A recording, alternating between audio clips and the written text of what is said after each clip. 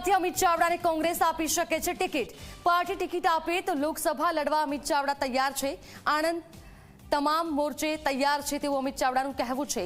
વર્તમાન સાંસદે વિસ્તાર માટે લડત લડી છે, કેટલાક કામ કર્યા છે, તો આણંદ કોંગ્રેસની વિચારધારાને વરેલો વિસ્તાર છે તેવું પણ કહેવું છે। આણંદના લોકો માટે સ્થાનિક રોજગારની વ્યવસ્થા નથી, તે હવે આવનાર સમયમાં પૂરી કરવામાં આવશે।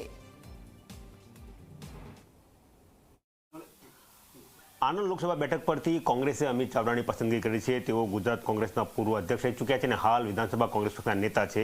વાત કરીશું અમિતભાઈ ચાવડા સાથે।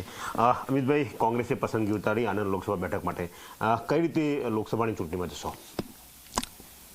અમિત ચાવડા તો કોંગ્રેસ પક્ષનો કાર્યકર છે, સૈનિક છે। પાર્ટીએ જ્યારે જે પણ જવાબદારી સોંપી એ ગમે તેવા કપરા સંજોગો હોય કે સારા દિવસ હોય, દરેક વખતે કાર્યકર તરીકે, સૈનિક તરીકે જે પણ જવાબદારી આવે નિભાવવા માટે તૈયાર છે।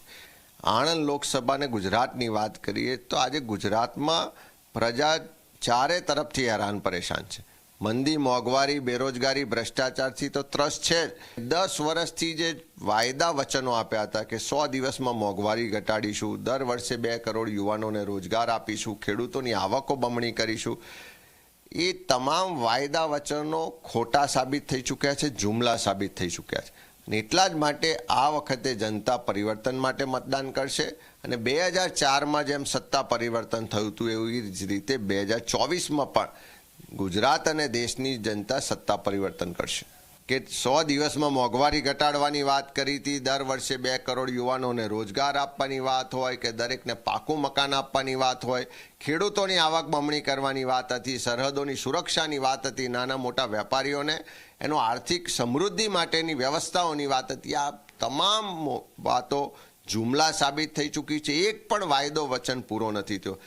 એટલા માટે કે જે સમાજોની વસ્તી વધારે છે પણ એને વિકાસથી વંચિત રાખવામાં આવ્યો છે, એને પૂરતું બજેટ નથી મળતું, એને શિક્ષણ હોય, નોકરીઓ હોય કે અન્ય વ્યવસ્થાઓમાં એનું સ્થાન યોગ્ય રીતે નથી મળતું, એ સમાજોનો સર્વે થાય, એની સર્વેના આધારે આવનારા સમયમાં બજેટને બાકીની વ્યવસ્થાઓ ગોઠવાય।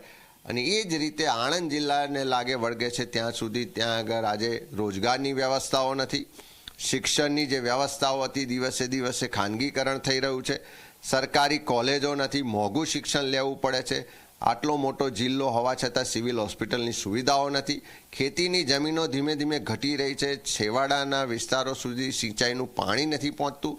આ સ્થાનિક મુદ્દાઓની સાથે સાથે કેન્દ્ર સરકારની નિષ્ફળતાઓને, રાજ્ય સરકારની નિષ્ફળતાઓને પણ લોકો ધ્યાનમાં લઈને આ ચૂંટણીમાં મતદાન કરશે।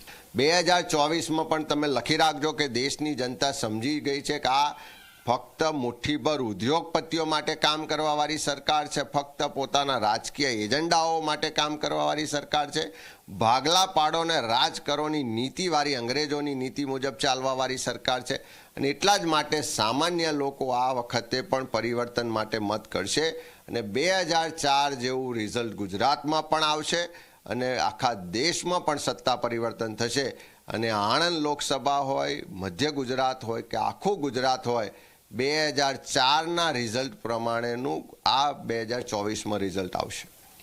આભાર। તો આ હતા અમિત ચાવડા, જેમનું સ્પષ્ટ કહેવું છે કે 2004માં ફીલગુડ ફેક્ટર અને ઇન્ડિયા શાઇનિંગનો ગુબ્બારો ફૂટ્યો તો બરાબર એ જ પ્રકારની પરિસ્થિતિ વર્ષ 2024ની લોકસભાની ચૂંટણીમાં પણ જોવા મળશે અને 2004માં જેવું રિઝલ્ટ આવ્યું હતું તેના જેવું રિઝલ્ટ ગુજરાતમાં અને આખા દેશમાં જોવા મળશે। કેમેરા પર્સન એસપી શર્મા સાથે ગૌરવ પટેલ, ઝી મીડિયા, ગાંધીનગર।